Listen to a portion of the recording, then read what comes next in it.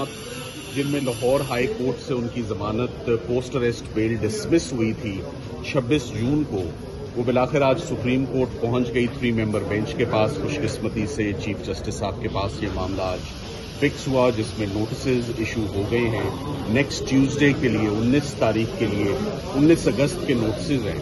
अफसोस की बात यह है कि हमें सुप्रीम कोर्ट इस मुकदमे को लेकर आना ही नहीं चाहिए था और ये लाहौर हाई कोर्ट में ही ये रिलीफ मिल जानी चाहिए थी, स्पेशली जब 21 मुकदमात of the same nature of the same evidence वो डिस्कार्ड करके रिजेक्ट करके अगर जमानतें हो चुकी थी, प्री अरेस्ट बेल और पोस्ट अरेस्ट बेल हो चुकी थी, तो सेम एविडेंस पे सुप्रीम कोर्ट आने की नौबत जो है वो नहीं आनी चाहिए थी। ये हम बर्डन कर रहे हैं सुप्रीम कोर्ट ऑफ पाकिस्तान को विद केसेस, और जो सियासी केसेस हैं वो नजर आ रहा है कि सियासी केसेस हैं और सियासी इंतकाम इमरान खान साहब से जो है वो जारी है। एक के बाद एक केस जो है वो चलता जा रहा है। आज की कार्रवाई में चीफ साहब ने हदायत दी है सरकार को खास तौर पे कि लाहौर हाई कोर्ट के फाजिल जज साहब ने जो ऑब्जर्वेशंस अपने ऑर्डर में दी हैं, हम ये आपसे सुनना चाहते हैं कि क्या वो ऑब्जर्वेशंस देना मुनासिब थी, क्या ये merits of the case would be looked into, क्या ये डेफिनेट फाइंडिंग्स दी जा सकती थी। हम इसकी इजाजत शायद ना दें आपको आइंदा हियरिंग पे, सो अपनी तैयारी उसी पॉइंट ऑफ व्यू से करके आइएगा। मैं सिर्फ ये कहना चाहूंगा कि 9 मई का केस 9 मई 2023 आज अगस्त 2025 है। आज दिन तक ना उनका ट्रायल शुरू हुआ है, ना उनके ऊपर फर्दे जुर्म आयद हुई है। 2 साल की कैद ही काफी है। This amounts to and tantamount to advance punishment before conviction। Imran Khan साहब का केस मैं एक बात वाजे कर दूं, ना उनसे मिलता है जो मौके पर मौजूद थे 9 मई को, ना उनसे मिलता है जिनके खिलाफ साजिश और हिमा का इल्जाम है। इमरान खान साहब 9 मई से लेकर 11 मई तक नैब की तहवील में थे और नैब के इलीगल एक्शंस पर उनको इस्लामाबाद हाई कोर्ट से बायोमेट्रिक रूम से प्रेमिसेस के अंदर से उठाया जाता है और 11 मई को उनको सुप्रीम कोर्ट ऑफ पाकिस्तान ही उनकी रेस्क्यू को आती है, सुप्रीम कोर्ट ऑफ पाकिस्तान ही उनको रिलीज करती है।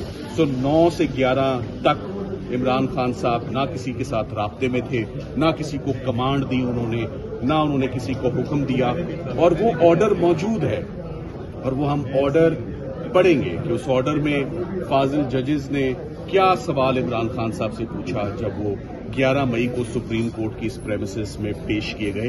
तो 9 से 11 तक वो डिस्कनेक्टेड थे, डिसएसोसिएटेड थे और अंग्रेजी का एक लफ्ज इनकम्युनिकेंडो, बाहर आउटसाइड वर्ल्ड से उनका एक डिस्कनेक्ट चल रहा था। तो वो कैसे ये लोगों को अहकामात जारी करते।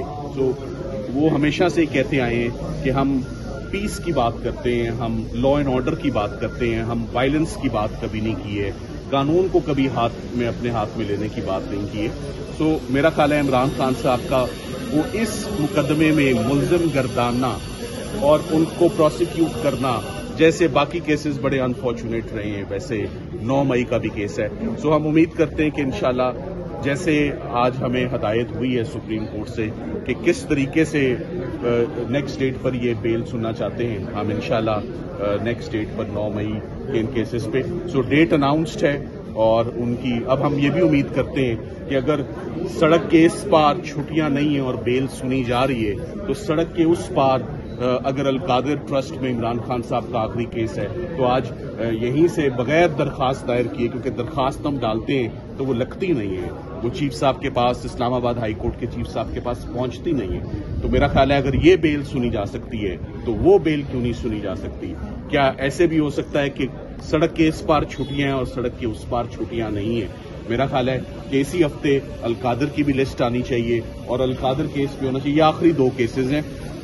इमरान खान साहब आखिरी दफा जब सुप्रीम कोर्ट आए थे एक ही मुकदमे में आए, वो फौजदारी के, वो साइफर था। वो साइफर बहुत बुरे तरीके से एक्सपोज हुआ और इमरान खान साहब की जमानत यहीं से हुई।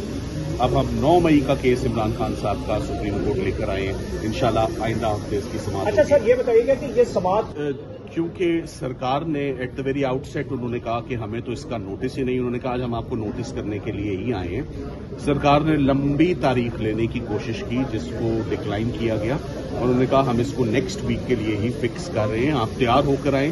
سو آج ان پہلوؤں پہ اور ان ایسپیکٹس پہ بات نہیں ہوئی، ان تمام اور وقت سے پہلے میرا خیال ہے نوٹس پر میں آپ کو ایک آپس کی بات بتاؤں، ویسے آپ لوگ بہت ذہین ہو چکے ہیں، ہم سارے کارڈز اپنی سلیو سے نہیں نکالتے، ابھی بھی میں نے آپ کو بہت ساری باتیں پہلے بتا دی ہیں، مخالفین اس سے جو ہے نا وہ جسے کہتے ہیں سیانے ہو جاتے ہیں۔ سو آج کے لیے اتنا ہی میرا خیال ہے رکھیں، thank you very much.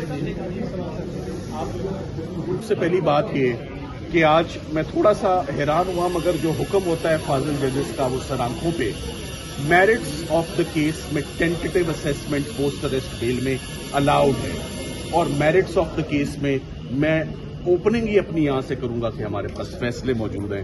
Merits of the case could be looked into in pre اور پوسٹ اریسٹ بیل۔ صرف میلا فیڈے اور الٹیریئر موٹو کو ہی نہیں دیکھیں گے آپ میرٹس کو بھی دیکھیں گے۔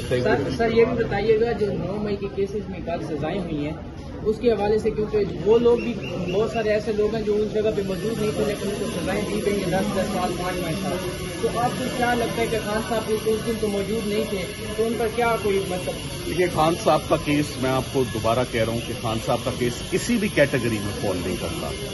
جو شخص ایک انویسٹیگیٹنگ ایجنسی کی تحویل میں ہو، جس کو سپریم کورٹ نجات دلوائے، تو جو واقعات ہوئے وہ 9 کو رونما ہوئے۔ انشاءاللہ باقی باتیں آپ کو آپ کے سوالوں کے جواب وہاں مل جائیں گے۔